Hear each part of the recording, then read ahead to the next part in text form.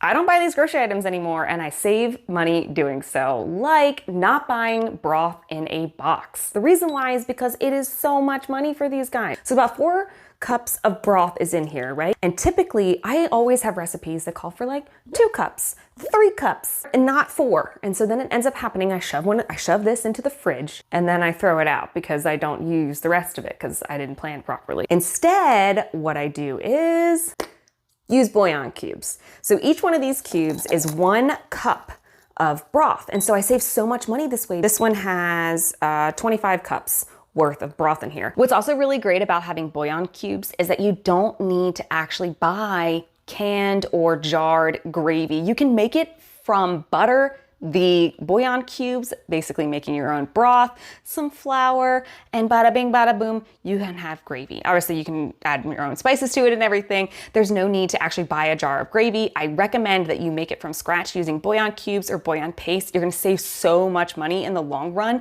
than buying that jarred stuff, which kind of tastes funny anyway, right?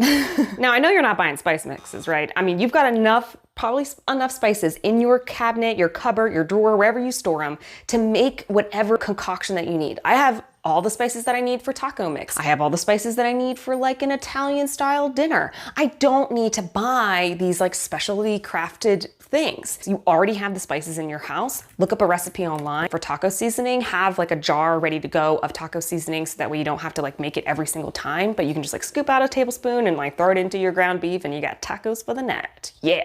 Pasta sauce. I stopped buying pasta sauce. Okay, so like this, here for instance, let's look at this. Okay, this guy I bought months ago. I have it in my cupboard for like just in case purposes and stuff like that, but I don't purchase pasta sauce anymore. Instead, what I use are some canned tomatoes and some tomato sauce. This one right here, this fire roasted diced tomatoes from Aldi are delicious. And because they're fire roasted, they almost have this like sweetness factor to them. So when you make your pasta sauce, it doesn't come out as like super acidic. By the way, just like throw some sugar into your pasta sauce. If it's too acidic, it'll like knock it down a notch. Like maybe do like teaspoon at a time until you find the flavor that you like. I like making my own pasta sauce. I do a can of this, a can of tomato sauce, and Italian seasonings are like garlic, onion, salt, pepper, whatever. I even do cream cheese in there as well because it's just so delicious. I prefer to go with this and it's much cheaper too. Sugary cereal. Nope.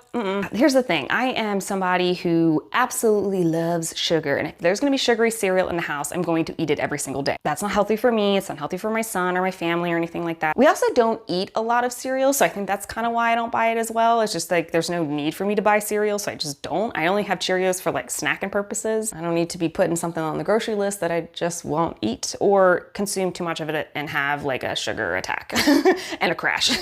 I don't buy coffee creamer anymore. I just use regular oat milk and coffee.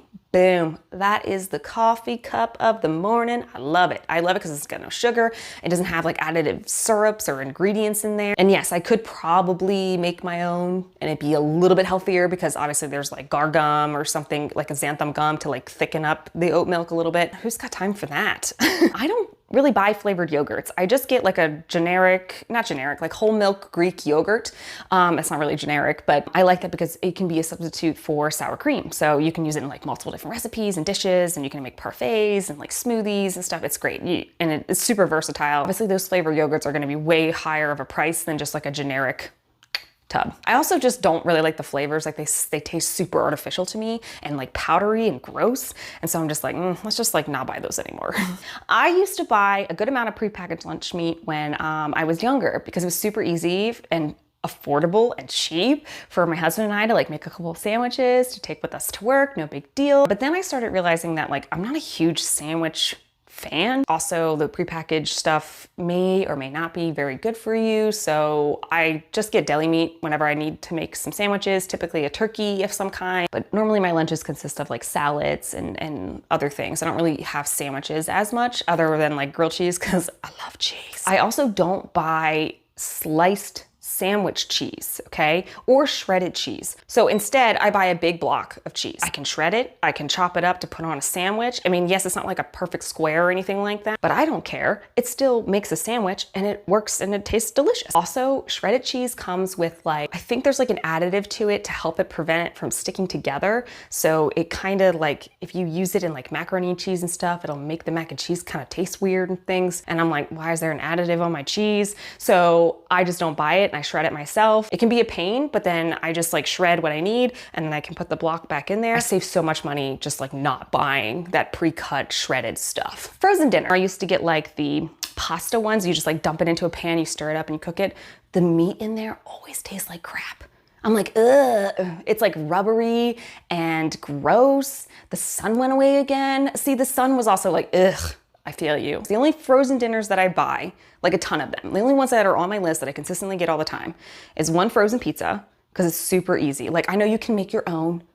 I also get like wontons because like I'm not going to attempt to make my own, at least at this point in my life. Maybe when my son's a little bit older and can like, you know, watch himself for a while and I don't have to be like on him, I can like attempt to make it from scratch. And then I get maybe some like raviolis or something, but very rarely do I ever get those things. Oh yeah, like chicken nuggets. I always got chicken nuggets in there. Those things I totally buy. And tater tots, because those are like kid favorites. But outside of those like small things, I don't buy frozen dinner. And something else I don't buy a lot of is organic processed snacks anymore. I kind of fell into this like rabbit hole of like everything had to be organic for my son and because it was the best quality stuff. But when we're talking about processed snacks, if you will, sugars, for example, will our bodies know the difference between organic cane sugar and regular cane sugar? No, it's gonna process it the exact same way. It's gonna still have the same effects on the body. That's a video for another time. In the meantime though, this one will tell you how you can save some more money on your grocery bill, like literally today. So check it out. Oh son, please come back. I wanna have your light shine. There you go. That's how it works.